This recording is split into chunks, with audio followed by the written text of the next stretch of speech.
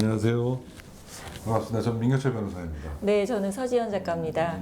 최근에 그 기사 보셨어요? 어느 환자가 왼쪽 다리가 안 좋아서 수술을 하러 갔는데 절단 수술? 근데 깨어나 보니까 오른쪽 다리를 절단한 거예요. 되게 유명한 서울에 있는 큰 정형외과 병원이고 그다음에 방송 출연도 꽤 하신 박사분이다. 그래서 재활도 4개월 이상 했고 지금 거의 1년 됐다고 해요. 1년 됐는데 아직 보상 문제도 하나도 돼 있지 않고 이거는 뭐 누가 봐도 의료 사고잖아요. 그렇죠. 그러니까 뭐 법률적으로만 말씀드리면은 이거는 명백한 의료 사고고 업무상 과실치상이 될 수가 있어요. 형사적으로는. 그래서 이걸 형사적인 이슈로 고소고발을 하면은 집도인을 포함해서 관련자들은 형사 처벌을 받을 가능성이 상당히 높아요. 더불어서 민사적으로는 손해배상 청구도 가능해요. 그러니까 손해배상 청구라는 거는 이 문제가 생김으로써 발생할 수 있는 적극적 손해, 소극적 손해, 위자료 이렇게 얘기하는데 좀 말이 어렵다고 설명해 드리면은 이것 때문에 또 수술하거나 돈이 더 들어갈 수 있잖아요. 더 돈이 들어간 거에 대한 게 적극적 손해예요. 그 다음에 이것 때문에 못 받은 돈이 있을 수 있잖아요.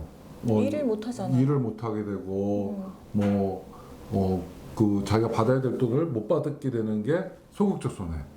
그 다음에 이제 이 사람은 멀쩡한 다리가 잃게 됨으로써 이제 굉장히 큰 정신적 피해를 입게 되는 위자료. 네. 이 손해배상의 범위는 항상 이 세 가지로 이루어지거든요. 이렇게 손해배상에서 상당 정도의 손해배상 청구권을 가지고 있다고 보시면 돼요.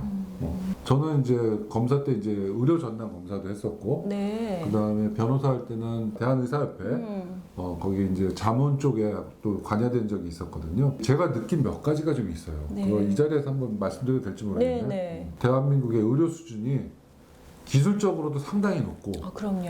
서비스 차원에서도 좋고, 그리고 가격도 외국에 비하면 굉장히 합리적이다. 이런 생각을 개인적으로 갖고 있어요. 근데 또 한 가지는 뭐냐면은 의사들 개개인을 믿어서는 저는 안 된다고 생각을 해요. 정말 터무니없는 사고가 많이 발생을 해요. 네. 정말 우리가 이건 기사화 됐으니까 그런 거지 이거 말고도 또 많이 있을 거예요. 의사 개개인의 실수는 충분히 있을 수 있다는 거예요. 이런 사고는 그냥 한 사람의 실수만 가지고는 발생 안 해요. 가족 중에서도 얼마 전에 갑상선 암 때문에 입원을 했는데 아주 큰 대학병원이었어요. 근데 그날 당일 수술인데 이제 의사가 들어와서 이제 오른쪽에 이렇게 체크를 하더래요. 여기 오늘 수술할 겁니다.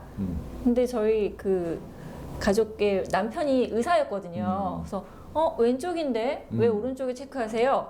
라고 하니까 당황하면서 의사가 그래서 막 하더니 잘못됐네요. 제가 그런 게 그 의사 남편이 아니었으면 그냥 다른 쪽을 할 뻔한 거예요. 맞아요. 그래서 제가 그 얘기 듣고도 어떻게 그런 일이 있을 수 있냐고 했는데 그런 일이 이렇게 있어요. 있어요.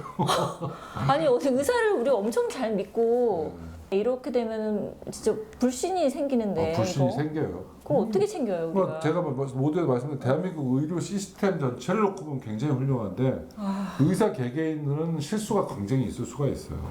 돌이킬 수가 없으니까 더 속상한 거잖아요. 이분도 이제 그 검사라든가 사진 찍는 거 이런 거 다 왼발을 했대요. 다 왼발만 했고 뭐 서류도 다 보면 다 왼발 체크돼 있어요.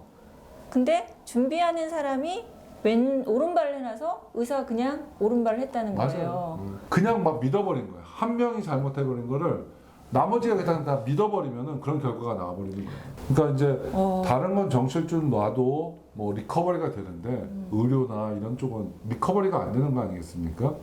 그래서 돌이킬 수가 없죠. 정말 꼼꼼하게 점검하는 그런 어떤 게 필요한데 또 의사들이 또 너무 막 타이트하게 환자를 받아보니까 이 경우에 손해배상이라고 해야 되나? 아까 말씀하신 여러 가지 했을 때 제 생각에는 진짜 돈으로는 이거는 되지도 않을 것 같긴 한데 돈도 막대한 금액이겠지만 그래도 해야지. 그것만 가지고는 네. 그 사람의 아픈 다리를 정말 상처난 다리를 돈으로 어떻게 다 해결할 수 있겠어요. 근데 보통 이런 경우에는 소송을 안 하고 아마 병원에서 아마 합의를 할 가능성이 높아요.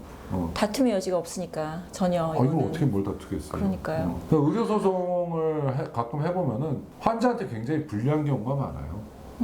왜냐면은 환자의 의료적인 지식이 굉장히 제한돼 있고 그러다 보니까 이제 자료에 대해서 접근 권한이 굉장히 또 열악하고 잘잘못을 판단하는 것 자체가 또 의사들이다 보니까 그러니까 좀 의사가 의사를 이해하는 듯한 느낌을 받을 때가 많아요.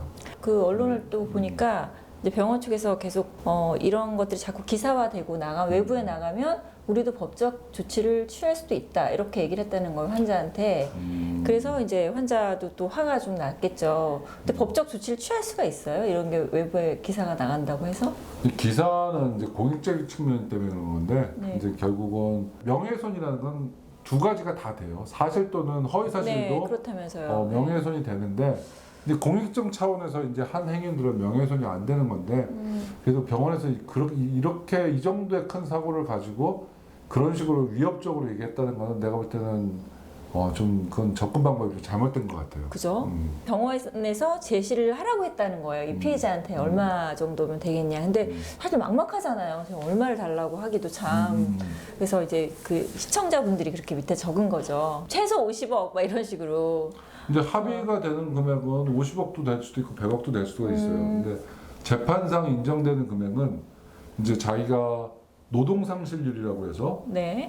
한 달에 뭐 500만 원을 버는 사람이 정년까지 벌 수 있는 금액의 노동상실률 이게 10% 상실됐다고 볼 건지 30% 상실됐다고 볼 건지 그걸 곱해가지고 이제 결국 손해배상 액수가 정해지는 거거든요. 근데 뭐 그냥 재판상으로 하면 그렇게 50억까지 그렇게 가기는 어려워요. 그러니까 외국 같은 경우는 이제 좋겠어요, 징벌적 최대한. 배상 뭐 이런 게 있어요. 네. 그러니까 그거는 이제 노동상실 이런 게 아니라 이런 잘못을 하다니 그러면서 너는 얘한테 뭐 100억 원을 내라.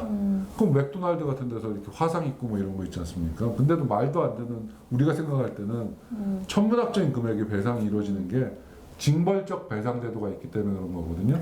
근데 이제 제가 이제 오늘 저희 유튜브를 보시는 시청자분들한테 드리고 싶은 말씀은 굉장히 중요한 어떤 문제가 걸린 사안에 대해서는 본인 스스로가 굉장히 관심을 가져야 돼요. 너무 그 전문가라고 해서 그 사람만 믿고 하는 거는 그거는 맞아요. 돌이킬 수 없는 맞아. 결과로 이어질 수 있다는 거를 이번 기회에 좀 알게 된 걸 네. 여러분들도 자기한테 이런 일이 닥쳤을 맞아요. 때는 네. 뭐 부모님의 중요한 수술이라든가 뭐 이런 거에 있어서는 본인도 공부하고 본인도 체크하고 너무 뭐 전문가만 믿지는 않아야 된다는 네. 것이 이번 일로 좀 여러분들이 좀 도움이 됐으면 네, 하는 맞아요. 그런 바람이 있네요. 네. 말씀하신 대로 크로스 체크가 필요할 것 같아요. 맞아요. 본인들이 당사자들이. 하여튼 오늘까지 좀 우울하긴 하지만 네.